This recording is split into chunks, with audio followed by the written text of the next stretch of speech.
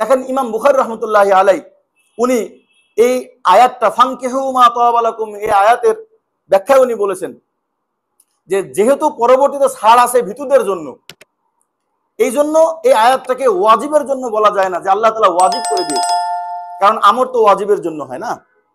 কিন্তু এই ওয়াজিবের পরে যদি কোনো করিনা থাকে তখন আমরের মধ্যে কিছু শিথিলতা আসে। তো ইমাম বুখারী রাহমাতুল্লাহ নিজে বলেছেন যে আপনার যেহেতু এখানে ফানকিহু, তাও আবার কি একটা ঝামেলা মেটানোর জন্য, মানে এক জায়গায় নাইনসাফি চলতেছে, এই নাইনসাফিটা কিভাবে স্ট্রং হয় এটার জন্য আল্লাহ সমাধানমূলক একটা আয়াত পেশ করলেন আমর করে, অতএব তোমরা এটা করবা, এটা একান্তই জায়েজ হয়।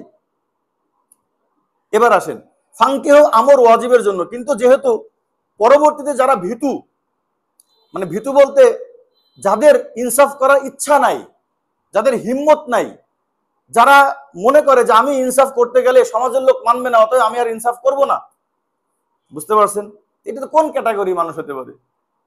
একেবারে নিম্ন দরজার মানুষ, যাদের ইনসাফ করার ইচ্ছা নাই।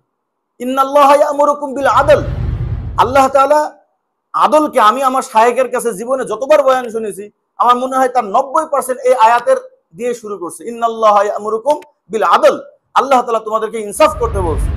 এখন যদি বলেন একাধিক স্ত্রীর মধ্যে আমি ইনসাফ করতে ভীতু, তাহলে এই আয়াতকে বাংলাদেশে কেউ পালনকারী নাই যে ইনসাফ করতে হবে? তো যারা ইনসাফকারী তাদেরকে একাধিক বিবাহ করার জন্য কি জোর আদেশ করা হয়েছে এখানে। হ্যাঁ, তবে যারা ইনসাফ করতে পারবে না তাদেরকে বলছে তুমি একটা নিয়ে থাকো। তাহলে বলেন শরীয়তের চাহিদা কি একটা নিয়ে থাকা?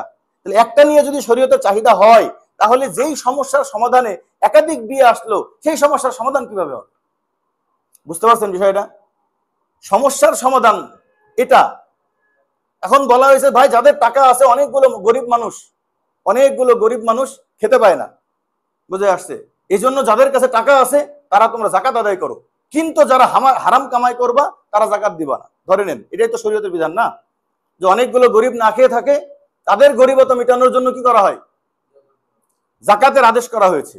কিন্তু যাদের হারাম ইনকাম তারা আবার জাকাত যেন না দেয়। এখন যদি আপনি বলবেন যেহেতু আমাদের দেশে কিছু না কিছু ভাবে সব সুদে জড়িত, আমরা কি এত হালাল হারাম বুঝি, অতএব জাকাত দেওয়া মনে হয় জায়েজ। তো ভাই আজ যদি জাকাত দেওয়া জায়েজ হয়, তাহলে গরিবদের জরুরত মেটানোর জন্য যেই আদেশটা আসছে এটা কিভাবে তখন পুরা হলো? এই জন্য ইমাম বুখারী রাহমাতুল্লাহ বলছেন যেহেতু এখানে আল্লাহ তাআলা আমরের শব্দ ব্যবহার করেছেন, এজন্য যদিও ওয়াজিব না, কিন্তু এটা আমরের শব্দ উত্তম হওয়ার উপরে কি করে দলিল করে, এবং ওটার দলিল ইমাম বুখারী রাহমাতুল্লাহ আলাইহি। অনেকে বলেন একাধিক বিয়ে করলে উত্তম, কোথায় হাদিস কোরআনে পেয়েছে? অনেকে বলে যে আমি কোথাও পাইনি।